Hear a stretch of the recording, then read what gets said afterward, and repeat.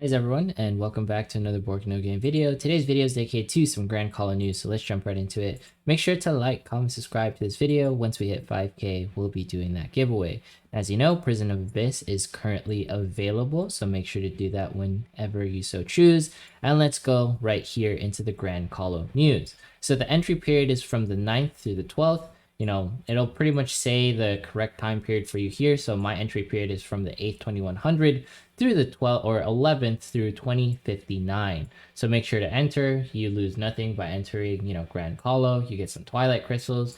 And just note, preliminaries are from the 12th through the 18th. This is before the week of Christmas, I believe. And it's a good thing it's not during Christmas. It's good that Grand Colo isn't during Christmas time because you don't want to ruin the holidays with being like, oh, I gotta go, play some SINoALICE while everyone's opening presents or something. I don't know.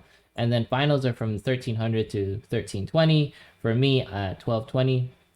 Just note, preliminaries is pretty much the only part that matters because this is what determines your rank. Finals is pretty much, just icing on the cake. Now let's talk about the thing that everyone wants to talk about and wants to hear about. Sleeping Beauty Half Nightmare, Red Riding Hood Half Nightmare, the Staff Half Nightmare, and the Hammer Nightmare are in. They are in with their Arcanas. Black Staff of Langwar is going to be appearing, which is, the staff, and then the Black Axe of Brutality. Just note that these two weapons, they are not the Infinity weapons. They're just, 70 metal weapons or 70 GC metals, so they're not really anything special. I personally will recommend them, but not really. Now, Red Riding Hood Half Nightmare. This is absolutely amazing that this is going to be added because it finally gives Crusher Gang Rise a time to be in GC and a time to rise. Now, the thing is, when you run this, obvious class, you can't run swords because swords will have 75% down. Now you can still run them if you want, the physical attack bonus from the swords. Just note that they won't be as effective. So when you use the swords, they're pretty much going to do diddly for damage. So, feel free to use it if you have to. I will probably still use them because I'm not going to use like a polearm or I guess it's going to be the bow. Yeah, I'm not going to use a bow with it because it doesn't really make much sense to me because I don't care for that stuff. Now let's look at the stats that you gain. Magical defense plus 500, physical attack plus 500. This is pretty much what I want to see. Physical attack and magical defense. As we all know, Crushers, our main weakness is anything magical. So yeah, it sucks to be in Conquest, to be a Crusher main. It really does because most of the Conquests are magical oriented. Here are the breakdowns, hammer, blade, polearm, obviously hammer is king. Everything else is not, and you can do ranged, I guess. And yeah, this is going to be Crusher, Red Riding Hood. Look at her little tail. This is amazing. I'm so happy she's here. I can finally go into GC and feel like I matter. All right, except for my swords. My swords still don't matter, but it's okay. My swords will matter at a different time. Let's talk about Sleeping Beauty Half Nightmare.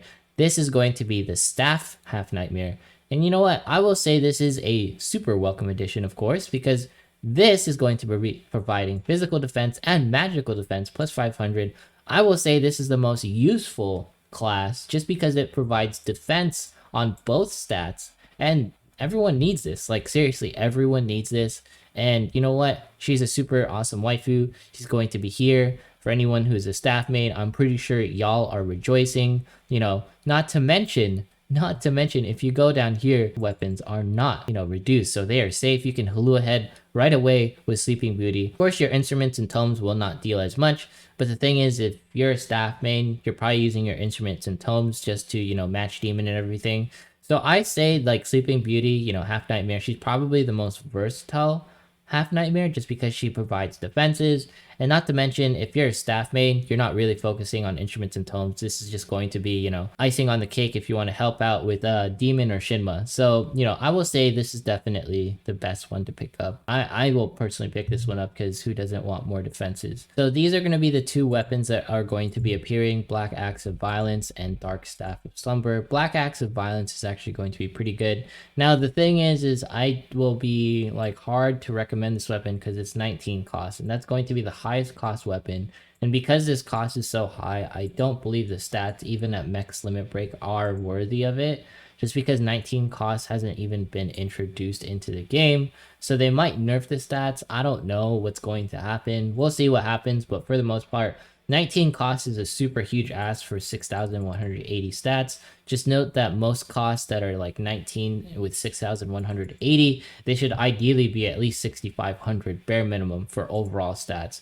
Now just note that the level 120 physical attack is pretty decent at 2,215. It's only a 70 cost like metal weapon, so you can't really go wrong there. Plus, you're probably using this just for the overall stat gain. Next is going to be the Dark Staff of Slumber. I will say this is actually a really good staff because it has recovery support 1, and prey protection isn't horrible.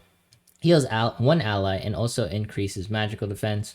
Honestly, you're probably just here because, you need some stats. It's 19 cost as the other one, but I will say it is decent. It's one of the better 70, metal weapons just because it actually has a colo support that actually makes it pretty decent overall. And let's jump into other things regarding, the changes to Sinnoh. So there's actually going to be a new daily added, the video promotion feature. So if you click this video on your daily missions, you get 5 Twilight Crystals. It's going to be a new daily. So pretty much if you go into home, you go into your daily missions right here, mission, daily, it's going to be a new one that pops up. I haven't gotten it. I already updated. I don't know why it's not here. But for, I'm just going to claim all and, just another way of getting Twilight Crystals. So that's pretty nice.